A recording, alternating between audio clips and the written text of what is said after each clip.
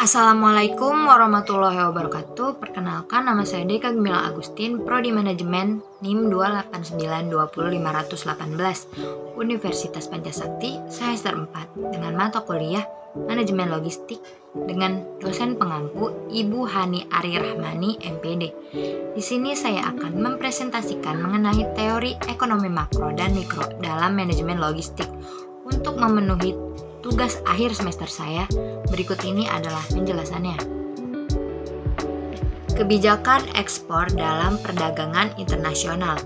Ekspor adalah barang yang dihasilkan di dalam negeri, lalu dijual dan dikirim ke luar negeri dengan kapasitas tertentu. Kebijakan ekspor dibuat untuk melindungi produksi dalam negeri, yang aturannya sebagai berikut. Aturan kebijakan ekspor. Yang pertama ada diskriminasi harga, yang kedua ada pemberian premi, yang ketiga ada dumping, yang keempat ada politik dagang bebas, yang kelima ada larangan ekspor.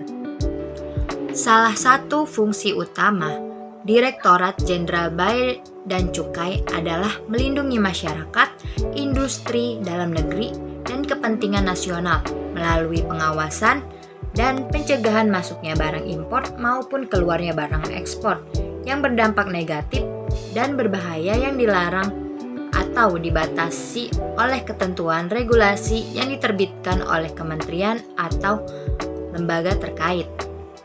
Dasar hukum ekspor dan impor berdasarkan pasal 53 Undang-Undang Nomor 17 Tahun 2006 tentang perubahan atas Undang-Undang Nomor 10 Tahun 1995 tentang kepabeanan disebut bahwa ketentuan larangan atau pembatasan yang diterbitkan oleh instansi teknis wajib disampaikan kepada Menteri Keuangan, UNP,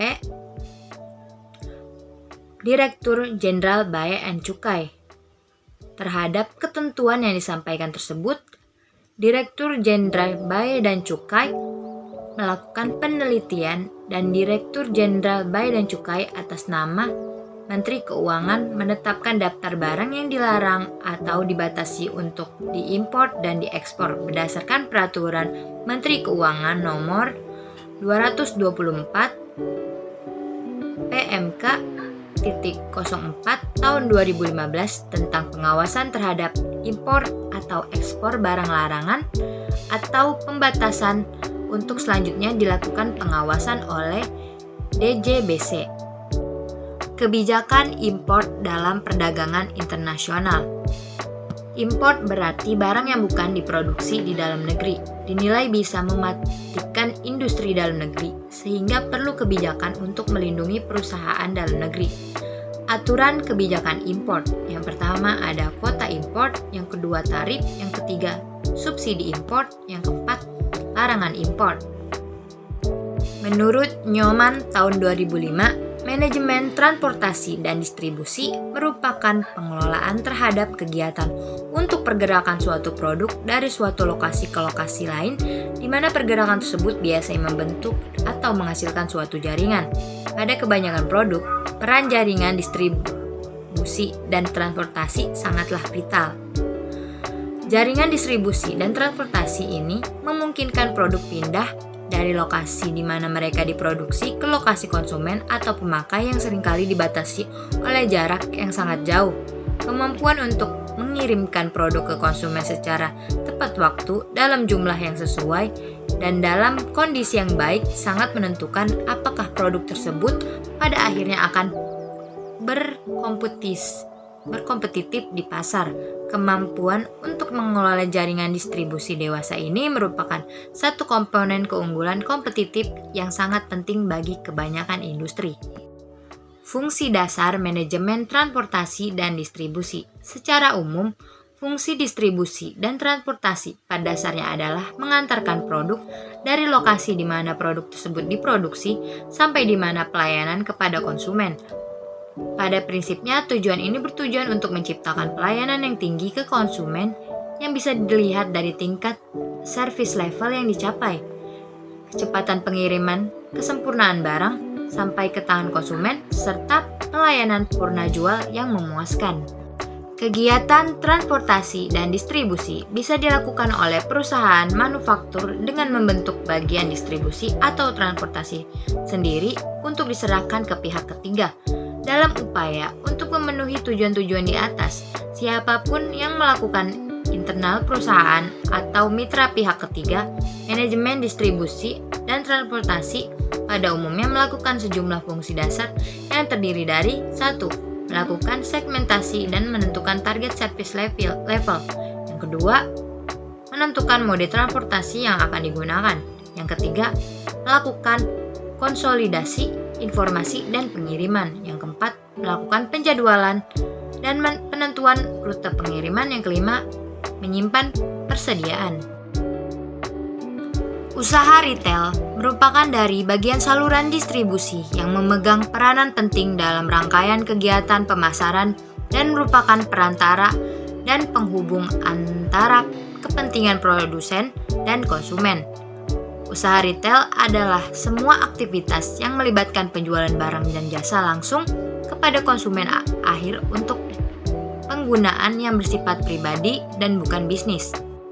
Jenis-jenis manajemen retail.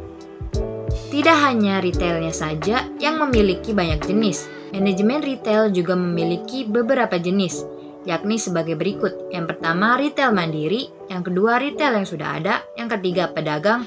Yang keempat, waralaba. Yang kelima, jaringan pemasaran. Yang keenam, rantai perusahaan. Fungsi dan faktor yang mempengaruhi manajemen retail.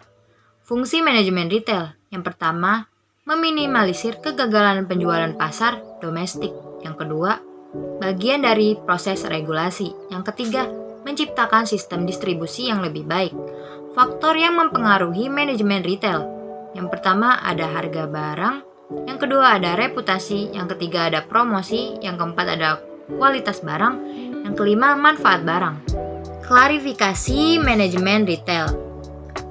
Ada toko berbasis, yaitu toko berdasarkan kepemilikannya. Yang kedua, toko berdasarkan barang yang dijual, berbasis non-toko pribadi.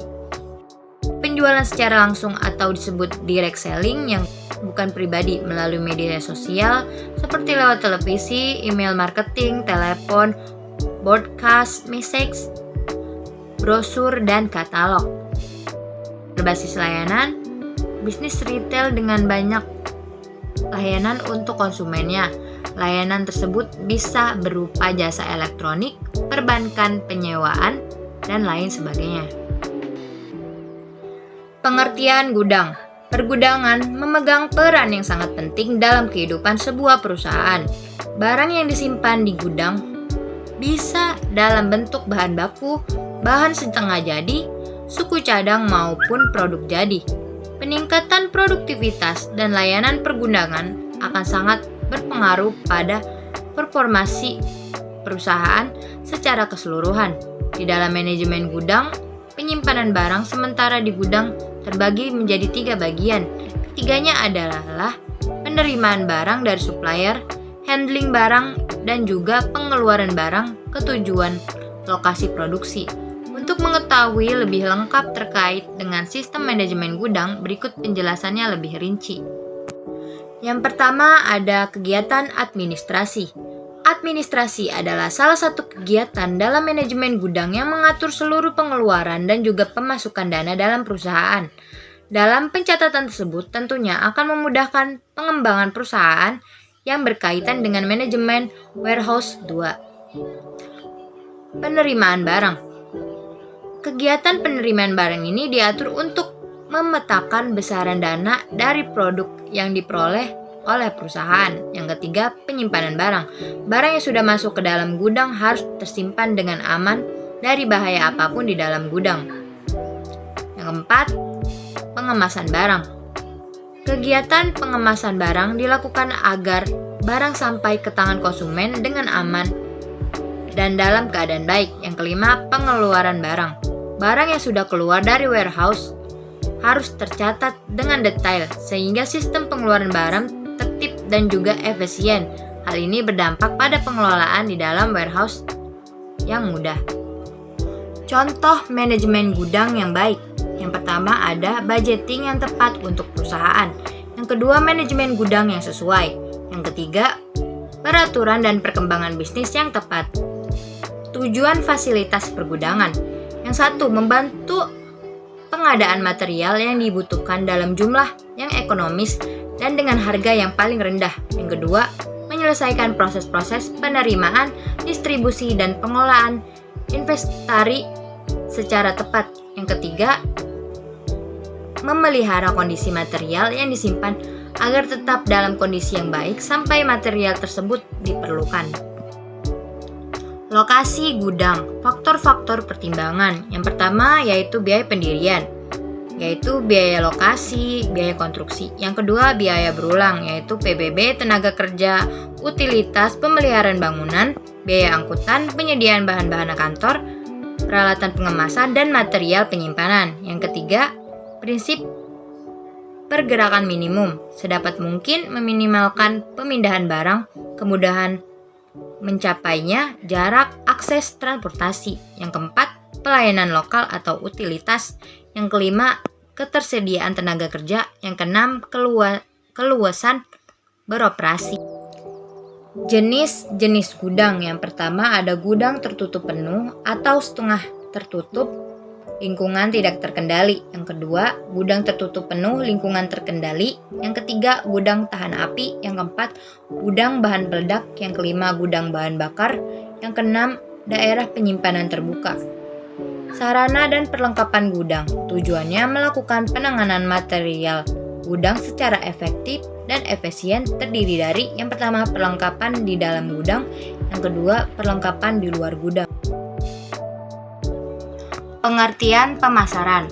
Pemasaran adalah proses perencanaan dan pelaksanaan konsepsi, penetapan harga, promosi, dan distribusi atas ide, barang, dan jasa untuk menciptakan pertukaran agar dapat memuaskan kebutuhan pelanggan dan perusahaan sekaligus. Pengertian pemasaran menurut para ahli. Yang pertama, menurut Philip Kotler, pemasaran adalah kegiatan manusia yang diarahkan untuk memenuhi kebutuhan dan keinginan melalui proses pertukaran. Yang kedua, menurut Armstrong, pemasaran adalah sebagai suatu proses sosial dan manajerial yang membuat individu dan kelompok memperoleh apa yang mereka butuhkan dan inginkan lewat penciptaan dan pertukaran timbal balik produk dan nilai dengan orang lain. Konsep penjualan versus pemasaran. Konsep penjualan yaitu gagasan bahwa konsumen tidak akan membeli cukup produk perusahaan kecuali jika perusahaan tersebut melakukan upaya-upaya penjualan dan promosi yang gencar. Konsep pemasaran yaitu falsafah manajemen pemasaran yang menyatakan bahwa pencapaian tujuan-tujuan organisasional tergantung pada penetapan kebutuhan dan keinginan dari pasar sasaran dan penyampaian kepuasan yang diinginkan secara lebih efektif dan lebih efisien dibandingkan dengan pesaing. Tujuan pemasaran yang pertama, kepuasan konsumen. Yang kedua, pengembangan produk. Yang ketiga, menjaga loyalitas pelanggan. Yang keempat, mendapatkan laba. Yang kelima, mengamankan keunggulan bersaing. Yang keenam, pertumbuhan penjualan, penciptaan goodwill. Mengapa perlu melakukan pemasaran? Dari sisi perusahaan, yang pertama, agar dapat menjual produknya semaksimal mungkin dan meningkatkan pendapatan dan laba. Yang kedua, agar konsumen melakukan pembelian berulang, konsumen menjadi loyal. Yang ketiga, agar dapat memenuhi dan memahami kebutuhan dan keinginan konsumen. Yang keempat, agar dapat meningkatkan daya saing produk dari perusahaan. Dari sisi konsumen, agar kebutuhan, keinginan, dan harapannya terpenuhi atau terpuaskan, baik fungsi, kualitas, harga, dan kemudahan. Pengertian pembelian dan manajemen pembelian. Pembelian atau purchasing merupakan salah satu dasar umum yang ada di setiap perusahaan. Dikatakan fungsi karena jika tidak ada pembelian maka perusahaan pun tidak akan bisa berjalan dengan baik. Sedangkan dari sifatnya sendiri, pembelian atau purchasing merupakan bagian dari dasar yang sangat penting dan integral dari suatu manajemen bisnis.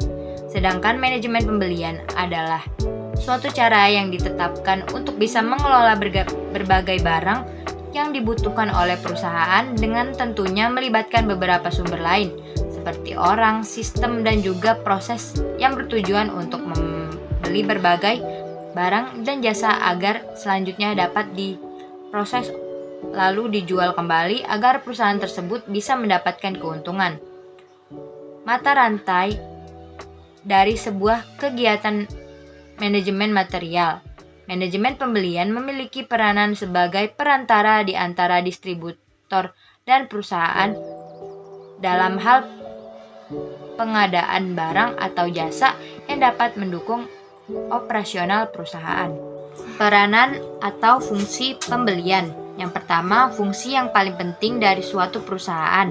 Terdapat 6 fungsi pokok di suatu perusahaan, antara lain yang pertama, creation function, yang kedua finance function, yang ketiga personnel function, yang keempat purchasing function, yang ketiga conversion function, yang keenam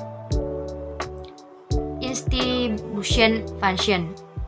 Yang kedua, bagian penting dari proses produksi. Yang pertama ada machines, yang kedua manpower, yang ketiga materials, yang keempat money, yang kelima manajemen. Yang ketiga, manajemen pembelian bertanggung jawab atas offset manufacturing. Yang keempat, pusat keuntungan perusahaan. Yang kelima, bagian dari strategi perusahaan. Langkah-langkah dalam melakukan pembelian. Yang pertama, melakukan perencanaan. Yang kedua, memilih supplier. Yang ketiga, melakukan penawaran. Yang keempat, negosiasi. Prosedur pembelian. Ada 5 prosedur pembelian, meliputi yang pertama prosedur permintaan pembelian, yang kedua prosedur permintaan penawaran harga dan penelitian pemasok, yang ketiga prosedur penerimaan barang, yang keempat prosedur pencatatan utang, dan yang terakhir prosedur distribusi pembelian atau pembayaran. Fungsi yang berkaitan dengan sistem pembelian. Lantas fungsi apa saja yang berkaitan dengan sistem pembelian? Untuk mengetahuinya, mari kita simak fungsi-fungsinya di bawah ini. Yang pertama, fungsi gudang. Yang kedua, fungsi pembelian. Yang ketiga, fungsi penerimaan. Yang keempat, fungsi keuangan dan akuntansi. Tujuan manajemen pembelian. Yang pertama, ada tepat kualitas. Yang kedua, tepat waktu. Yang ketiga, tepat pemasok. Yang keempat, tepat jumlah. Yang kelima, tepat harga. Pengertian SOP. SOP atau Standard Operation Procedure merupakan prosedur wajib yang dibuat oleh perusahaan sebagai pedoman dan petunjuk dalam melakukan pekerjaan supaya hasilnya optimal. SOP dibuat sebagai panduan sekaligus media kontrol atas keseluruhan proses-proses yang dilakukan. SOP juga menjadi garansi atas kesuksesan atau kesesuaian proses operasional kerja sesuai yang diharapkan perusahaan. Aturan ini sendiri tidak hanya soal bagaimana menyelesaikan pekerjaan, ada SOP jika terjadi bencana, SOP jika karyawan izin, SOP jika karyawan akan pindah tugas, dan lain sebagainya. Pembuatan SOP. SOP dibuat untuk membantu pegawai suatu perusahaan memahami proses yang harus mereka kerjakan agar sesuai dengan ketentuan perusahaan. Setiap proses memerlukan perincian masing-masing dan biasanya dibuatkan SOP logistik yang lebih terperinci. Berikut gambaran untuk pembuatan SOP. Yang pertama, besaran proses yang akan dilaksanakan. Yang kedua, merumuskan tujuan dan target proses. Yang ketiga, prasyarat agar proses menghasilkan hasil yang berkualitas sesuai target. Yang keempat, barulah bisa merumuskan strategi prosesnya agar hasil outputnya memuaskan. Contoh SOP logistik. Ada banyak sekali SOP dalam perusahaan. Salah satunya dan yang akan dibahas di sini yaitu SOP untuk bagian logistik. Dalam proses bisnis logistik, ada proses-proses umum yang kita tahu seperti penerimaan barang, penyusunan, penyortiran, pengiriman, dan di mana Di dalam proses-proses itu terdapat aturan-aturan agar semuanya berjalan lancar. Masing-masing proses kerja tersebut memiliki SOP yang berbeda, masing-masing disesuaikan dengan tujuan dan situasi pekerjaannya. Sebagai gambaran, contoh SOP logistik dalam penyusunan barang yang datang. Tujuan SOP. Tujuan SOP adalah kerap dijadikan acuan dalam menjalankan aktivitas tertentu untuk sesama pekerja dan supervisor. Selain itu, tujuan SOP berkaitan pula dengan berbagai kemungkinan buruk seperti agar terhindar dari kegagalan atau kesalahan serta konflik dalam sebuah institusi. Kesimpulan, yang pertama, ekspor adalah kegiatan menjual barang ke luar negeri, sedangkan import merupakan kegiatan membeli barang dari luar negeri. Yang kedua, distribusi merupakan suatu cara mengirimkan suatu produk atau barang ke suatu tempat tertentu, dan untuk mengirimkan produk atau barang tersebut dibutuhkan alat transportasi. Yang ketiga, manajemen retail adalah sebuah proses kegiatan bisnis dalam melakukan perencanaan, pengelompokan, dan pengendalian sumber daya yang dimiliki perusahaan. Yang keempat, pengertian dari manajemen pergudangan sendiri yaitu suatu tatanan untuk mengelola pergudangan dan distribusian barang-barang agar barang yang tersimpan tetap dalam keadaan baik dan didistribusikan kepada para peminta pada waktu, spesifikasi, dan jumlah yang tepat. Yang kelima, pemasaran merupakan sekumpulan rancangan kegiatan yang berkaitan untuk mengetahui kebutuhan konsumen dan pengembangan, mendistribusikan, mempromosikan, serta menetapkan harga yang sesuai dari produk atau jasa untuk mencapai kepuasan pelanggan dan memperoleh keuntungan. Yang keenam, manajemen pembelian adalah suatu cara yang ditetapkan untuk bisa mengelola berbagai barang yang dibutuhkan oleh perusahaan dan dengan tentunya melibatkan beberapa sumber lain seperti orang, sistem, dan juga proses yang bertujuan untuk membeli berbagai barang dan jasa agar selanjutnya dapat diproses lalu dijual. Yang ketujuh, standar operasional prosedur atau SOP merupakan salah satu bagian dari manajemen administrasi perkantoran yang patut diberi perhatian agar terwujudnya tujuan dari manajemen administrasi perkantoran itu sendiri, yaitu salah satunya keefektifan dan keefisienan kerja. Sekian dan terima kasih. Mohon maaf bila ada salah kata ataupun pengucapan yang saya ucapkan. Saya Deka Gemilang Agustin pamit undur diri. Wabillahi taufik wal hidayah. Assalamualaikum warahmatullahi wabarakatuh.